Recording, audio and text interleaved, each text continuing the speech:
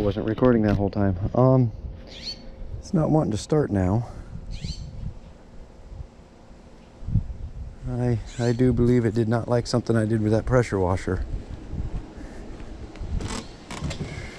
I just went through all of this and I didn't realize I wasn't recording. That's ridiculous. I had it running, I'm telling you, it was running. It was running. Get our ground, get our hot. We've got 12 volts. Come over here. We don't have 12 volts, so it's going to be the same ignition switch issue that I had to wiggle the ignition switch to get it to work. Good morning, everybody. I wanted to kind of give everybody a rundown on what we got going on here.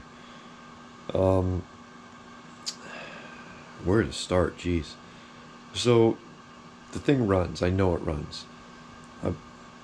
I'm really not going to fix anything on it. I'm just going to get it running reliably. If there's an issue with the ignition switch, or at least that's what it was. You see all the corroded tabs on there. So I'm going to work on that.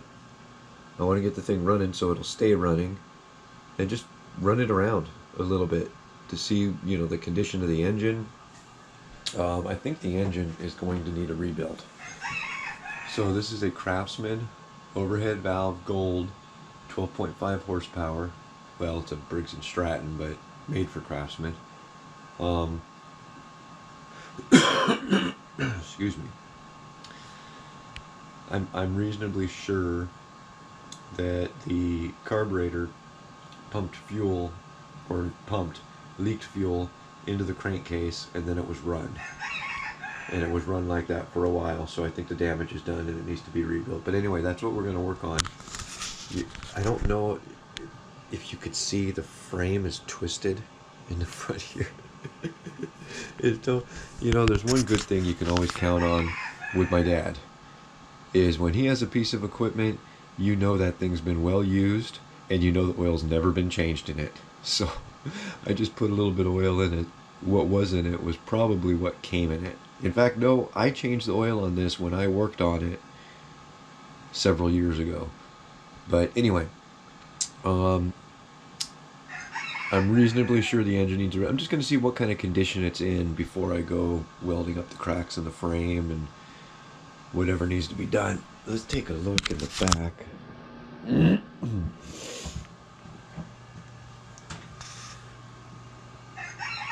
Yeah, see any identifying marks for year. Where's my flashlight?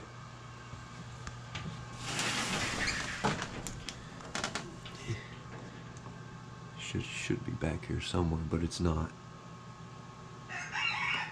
Look at that. I'm pretty sure the transmission no longer has any oil in it. But that's the good thing about these old things, is they just ran and ran and ran forever. Avoid serious injury or death. 5-speed, 38. Just looking for some kind of identifying anything that'll give me a year. We've got the code on the engine shroud there. I could probably look that up and at least get a year of the engine. And I'll kind of poke around elsewhere and see where I can find any identifying anything. But yeah, that's where we're at. You're going to be seeing this in a whole bunch of videos here in the very near future, more than likely. And I'm not sure if I might make it its own series, rebuilding this thing. Like I said, the good thing about it is it's all there. Every single piece, except for the headlight cover, it's all there. Even the chintzy little plastic battery door is there. So yeah, she needs some work, but we'll get her taken care of, and we'll see what we see. Alright, so let's get you guys caught up with where we're at so far. I'm not getting any continuity through the ignition switch, no matter which tabs I touch.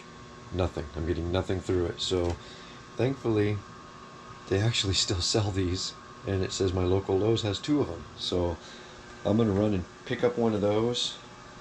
It's only like $13, $14. Goes up in that hole in the dash right there.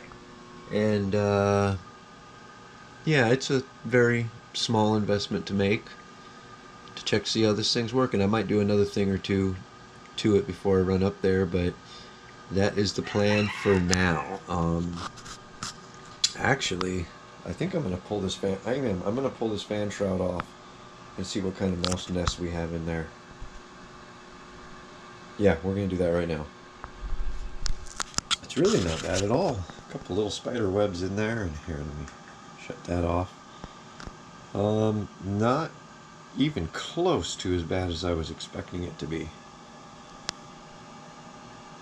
So we'll just blow all the garbage out and I guess put it back together. Yeah, sweet. Looks real good. I'm happy. So the new project is starting. I'm gonna build like a room.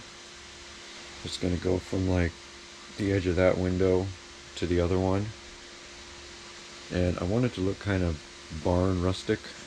So I'm gonna use some pallets I have, and I gotta clear all this stuff out of the way, and then I'm gonna hang plants from the pallets and make it a nice little like indoor outdoor kind of hangout garden space sort of thing. So I'm not gonna film much of it, but I just definitely wanted to do a before and after. So yeah, we'll get to that. I think it should be kind of cool. There you have it. It's all done.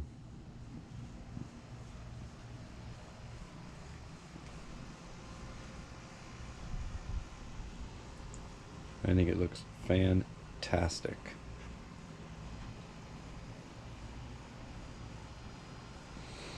Then you sit in a chair, get a nice view. Got the banana over there, got the cannas over there, got the Craftsman 20-volt mower sitting in the middle of the lawn there.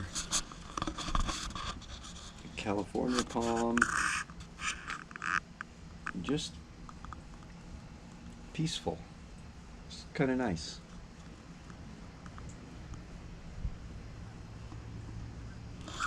Here's my bamboo. Oop. It's growing. Anyway, guys, I think I'm gonna end this video now. I don't know how long it's been, but yeah, pretty happy with how this project came out. It's a nice little spot. I still have that caladium there. I kind of want to move it, but it's hooked up to the drip right there, and so I couldn't really. I was just able to scoot it a little that way, and then I was able to scoot that a little that way. The what are they called? Gosh, I don't remember now. Creeping Jenny. Yes, I was able to scoot that a little that way to get the pallet in there. And as a bonus, the pallet kind of acts like a shelf. So, pretty cool. Anyway, guys, thanks a million for watching. Alright, guys, we are going to work. I've only got 3 jobs today. I gotta mow 2 yards, and I gotta go finish a job I started last week. Should only take me an hour or 2 to finish the one I started last week. Maybe an hour per yard mowing. Maybe. I mean, we'll have to see. It might be quicker than that. I don't know. But, and then I've got a goal, a little project I'm gonna start, and I got a bad habit. There's one of the yards I got to do right there. Looking for where I can park when I get back in about an hour. I got a bad habit of starting several projects in a day. Sometimes I finish one.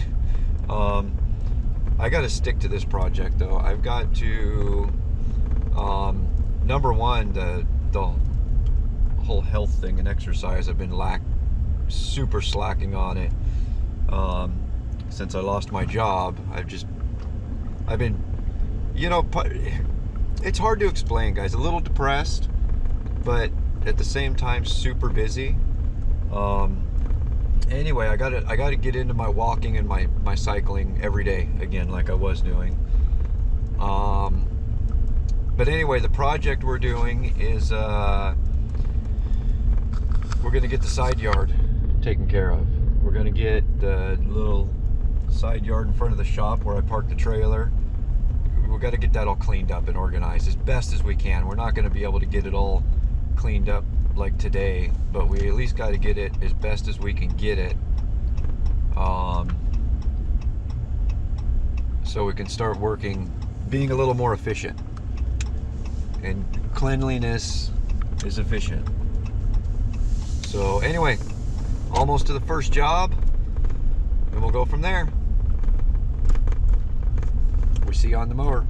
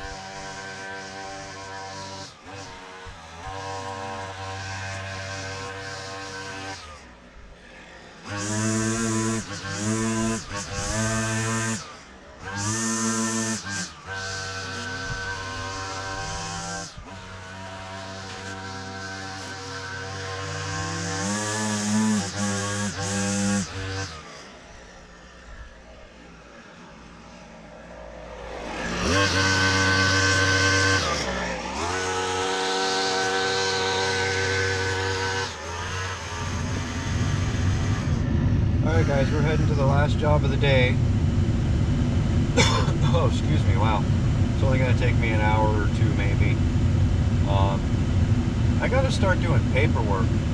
Whenever I need to get used to, when I'm done with a job, get in the truck, and I've got this invoice book that I handwrite invoices, but I never do.